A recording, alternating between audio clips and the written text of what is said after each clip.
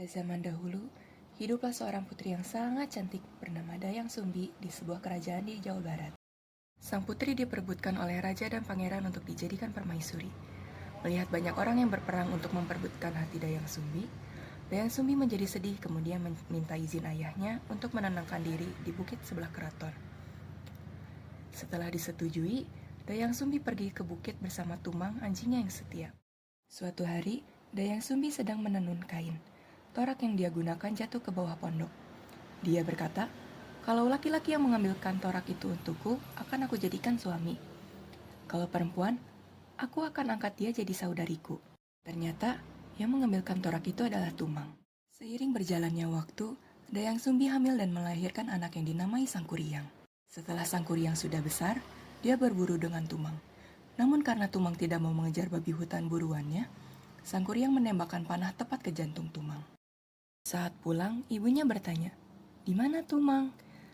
Mengetahui bahwa anaknya membunuh Tumang, ibunya naik pitam dan mengusirnya. Sangkuriang yang sudah dewasa berkeliling di tanah Pasundan. Dia singgah sejenak di sebuah desa. Di sana, Sangkuriang bertemu dengan perempuan yang sangat cantik. Perempuan itu ternyata ibunya. Ibunya masih cantik dan awet muda sehingga Sangkuriang tidak percaya saat Dayang Sumbi bilang kalau dia itu ibunya. Dayang Sumbi membakar berbagai cara agar pernikahan mereka batal. Dayang Sumbi kemudian meminta Sangkuriang untuk membuat perahu yang sangat besar dalam waktu semalam. Sangkuriang menyanggupinya. Dia membuat kapal yang besar menggunakan kesaktiannya. Kapal sudah mau jadi, namun ayam belum berkokok untuk menandai hari sudah pagi. Dayang Sumbi kemudian membentangkan kain merah di timur agar ayam mengira sudah pagi dan berkokok. Saat ayam berkokok, jin yang membantu Sangkuriang lari menghilang sehingga Sangkuriang tidak bisa menyelesaikan pembuatan kapalnya. Sangkuriang yang marah pun menendang kapal yang besar itu sampai terbalik. Dan sekarang menjadi gunung Tangkuban Perahu. Halo semuanya, aku Lita. Hari ini aku mau ngajak kalian ke salah satu tempat paling ikonik di Jawa Barat, yaitu Gunung Tangkuban Perahu. Yeay! Aku pergi bersama temanku Halo, aku Radit. dan Rana. gunung ini merupakan gunung yang aktif. Lokasinya berada di Lembang, jaraknya sekitar 30 km dari Bandung. Nama Tangkuban Perahu ini diambil dari legenda Sakuriang. Kalau kalian lihat bentuknya dari kejauhan, kalian bakal langsung ngerti kenapa. Yap, betul, seperti perahu terbalik. Kita udah sampai ke tempat tiket masuknya nih guys. Ini rincian biayanya ya. Kalau kalian bingung, begini contoh perhitungannya.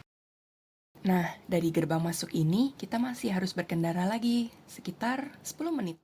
Oh ya, untuk kendaraan roda 6 seperti bus, hanya sampai di terminal bus yang ada di sebelah gerbang tiket masuk saja ya. Perjalanan dari gerbang tiket masuk ke Kawah Ratu diharuskan pakai ontang-anting. Guys, kalau kalian ingin ke Kawah Ratu, yang di mana Kawah Ratu ini merupakan kawah utama dan terbesar yang ada di Gunung Tangkuban Perahu ini, kalian tinggal jalan kaki dari area parkir dan itu tuh nggak terlalu jauh guys. Ini dia Kawah Ratu. Wah, gimana guys? Keren banget kan? Nah, kawah ini masih aktif teman-teman. Kenapa masih aktif? Karena masih mengeluarkan asap belerang sampai sekarang. Dan Gunung Tangkuban Perahu ini punya 4 kawah utama. Yang pertama tadi aku bilang yaitu Kawah Ratu yang terbesar, terus ada Kawah Upas, ada Kawah Domas, dan Kawah Baru. Nah, untuk ke Kawah Upas itu kalian harus masuk ke jalur trekking terlebih dahulu untuk sampai ke Kawah Upasnya. Kawah Domas itu ada di perjalanan antara gerbang masuk dan Kawah Ratu. Di sana kita bisa berenam air panas dan merebus telur. Dan yang terakhir ada Kawah Baru. Itu gas racunnya lebih tinggi. Jadi nggak bisa diakses guys. Jalurnya pun tertutup. Nah guys, kalau kalian ingin ke toilet, kalian tidak perlu khawatir guys. Karena di sana banyak banget fasilitas toiletnya. Nah, untuk di sana itu khusus parkir pedagang ya guys. Kalau untuk parkir pengunjung itu harus masuk agak lebih jauh lagi. Kalau enggak nanti dimarahin sama petugas yang di sana. Di sebelah area parkir ada banyak banget pedagang dan juga ada masjid. Masjidnya pun bersih. Di dekat masjid ada pusat informasi. Di sini ada banyak banget informasi mengenai kawah, bunga yang tumbuh di sekitar area Tangkuban Perahu, dan lain-lainnya mengenai Tangkuban Perahu. Di Tangkuban Perahu juga ada abang-abang yang jualan gelang, gantungan kunci, dan pajangan bentuk hewan yang lucu-lucu loh. Abang-abang hatam banget mengenai Tangkuban Perahu karena katanya ada pelatihannya.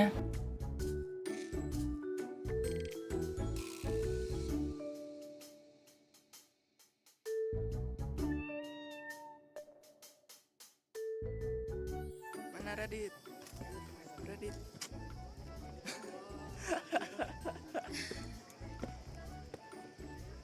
Nah, yang itu tuh guys. Yang itu disebut puncak SBY loh. Karena katanya Bapak SBY pernah kesini.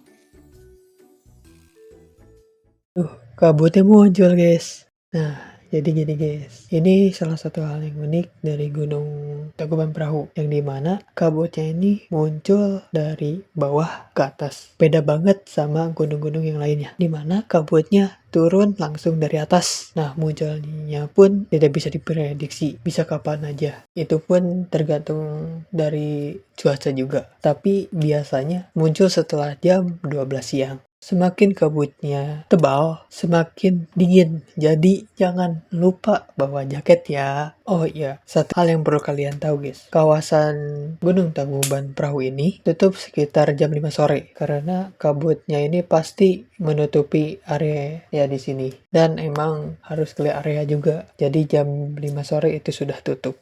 Pokoknya jangan lupa kesini ya guys. Pemandangannya indah, anginnya sejuk, pasti memanjakan diri banget. Ditunggu kedatangannya ya di Tangkuban Perahu.